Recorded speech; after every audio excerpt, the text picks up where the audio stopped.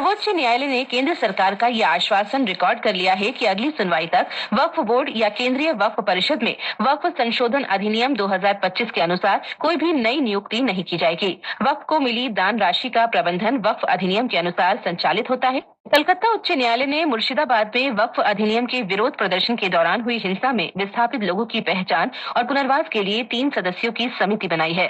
न्यायालय ने कहा है कि इस समिति में राज्य विधिक सेवा प्राधिकरण के सदस्य सचिव के अलावा राष्ट्रीय मानवाधिकार आयोग और पश्चिम बंगाल मानवाधिकार आयोग के एक सदस्य होंगे। समिति को 15 मई तक रिपोर्ट सौंपनी है। न्यायमूर्ति सोमन सेन और राजा बसु चौधरी की खंडपीठ ने कहा है कि 12 अप्रैल के आदेश के अनुसार केंद्रीय सशस्त्र पुलिस बल मुर्शिदाबाद के हिंसाग्रस्त क्षेत्रों में तैनात रहेंगे। प्रधानमंत्री नरेंद्र मोदी ने कल नई दिल्ली में अपने आवास पर दाऊदी बोहरा समुदाय के सदस्यों के प्रतिनिधिमंडल के साथ बातचीत की। इस दौरान बोहरा समुदाय के सदस्यों ने वक्फ संशोधन अधिनियम लाने के लिए प्रधानमंत्री का आभार व्यक्त किया। प्रधानमंत्री ने वक्फ संशोधन अधिनियम को लाने के पीछे वर्षों की मेहनत के बारे में बात की और कहा कि इस अधिनियम को लाने का प्रमुख कारण ये था कि प्रचलित प्रणाली से अधिकतर महिलाएं, विशेष रूप से विधवाएं, पीड़ित हैं। उपराष्ट्रपति जगदीप धनखड़ ने राष्ट्रपति द्वारा विधेयकों पर निर्णय लेने के लिए समय सीमा निर्धारित करने वाले सर्वोच्च न्यायालय के हाल के निर्णय पर सवाल किया है। उन्होंने कहा कि ऐसी स्थिति नहीं हो सकती कि न्यायालय देश के राष्ट्रपति को निर्देश दे। उपराष्ट्रपति ने कल नई दिल्ली में अपने आवास पर राज्यसभा प्रशिक्षुओं के छठे बैच को संबोधित करते हुए कहा कि सर्वोच्च न्यायालय केवल संविधान की व्याख्या कर सकता है।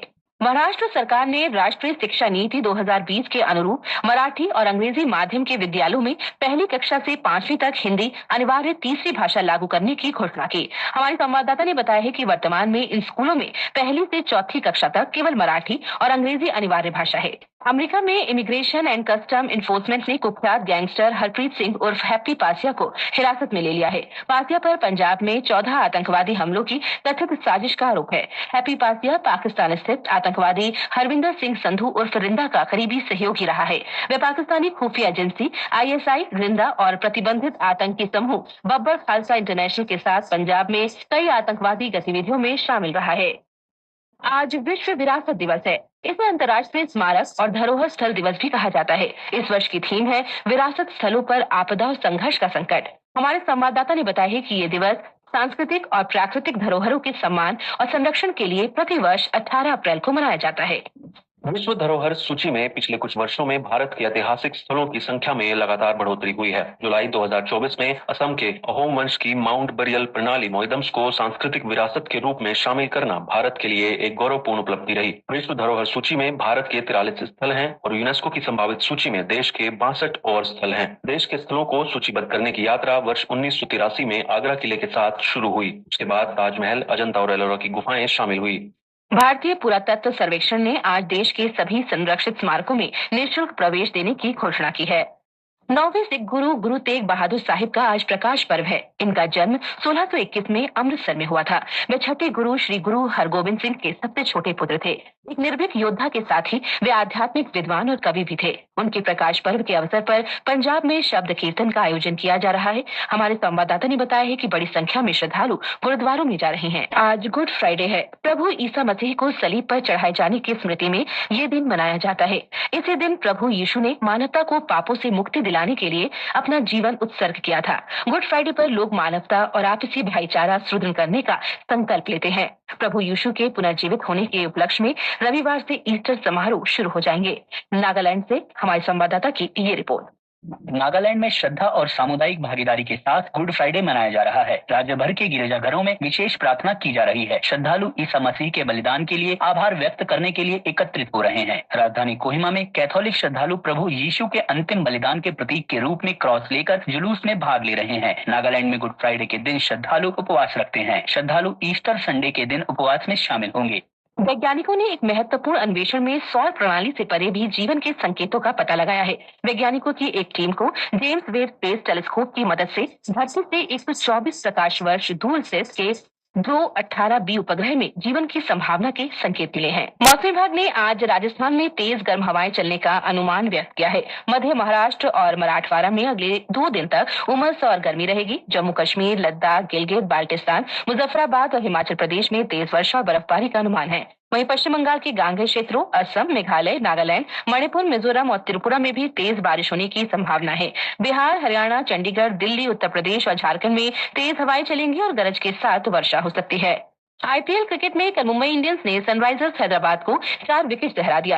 पहले बल्लेबाजी करते हुए हैदराबाद ने 20 ओवर में 5 विकेट पर 162 रन बनाए। जवाब में मुंबई इंडियंस ने 19वें ओवर में 166 रन बनाकर लक्ष्य हासिल कर लिया। प्रतियोगिता में आज बेंगलुरु में पंजाब किंग्स का मुकाबला रॉयल चैलेंजर्स बेंगलुरु से होगा। ये मैच शाम 7:30 बजे से खेला जाएगा। सऊदी अरब के दम्माम में एशियाई युवा एथलेटिक्स चैंपियनशिप में भारत की शौर्य अंबुरे ने अंडर 19 महिलाओं की 100 मीटर बाधा दौड़ में कांस्य पदक जीता। भारतीय महिला हॉकी खिलाड़ी वंदना कटारिया ने अंतर्राष्ट्रीय हॉकी से संन्यास लेने के बाद प्रधानमंत्री नरेंद्र मोदी से मिले व्यक्तिगत पत्र के लिए हार्दिक आभार व्यक्त किया है। एक सोशल मीडिया पोस्ट में वंदना ने कहा कि प्रधानमंत्री से ये सम्मान मिलना उनके लिए गौरव का क्षण है। उन्होंने कहा कि ये स्नेह और प्रोत्साहन हमेशा प्रेरणा स्रोत बना रहेगा। प्रधानमंत्री नरेंद्र मोदी के विचारों और भाषणों पर संकलित पुस्तक संस्कृति का 5वां अध्याय का विमोचन आज नई दिल्ली में होगा। ये पुस्तक विभिन्न अवसरों पर दिए गए प्रधानमंत्री के भाषणों का एक संकलन है। इसमें संस्कृति, परंपरा, आध्यात्मिक मूल्य और सांस्कृतिक विरासत जैसे विषय शामिल है। पुस्तक प्रभात प्रकाशन ने प्रकाशित किया है। उच्चतम न्यायालय द्वारा नए वक्फ कानून को लेकर अंतरिम आदेश देने की खबर आज सभी अखबारों की सुर्खी बनी है। राष्ट्रीय सहारा लिखता है वक्फ पर नई नियुक्तियों पर रोक। पंजाब केसरी की खबर है वक्फ कानून पर सरकार को 1 हफ्ते का समय, अगली सुनवाई 5 मई को। उपराष्ट्रपति जगदीप धनखड़ ने राष्ट्रपति की शक्तियों में सुप्रीम हस्तक्षेप और संविधान की मनमानी व्याख्या पर नाराजगी जताई। कहा न्यायपालिका का व्यवहार सुपर संसद जैसा, अधिकार क्षेत्र में किया अतिक्रमण। दैनिक जागरण के पहले पन्ने की खबर है। शेयर बाजार में फिर तूफानी तेजी, बीएसई सेंसेक्स 1509 अंक चढ़कर 78,000 के पार निकला। हिंदुस्तान ने उत्साहजनक शीर्षक से यह खबर प्रकाशित की है।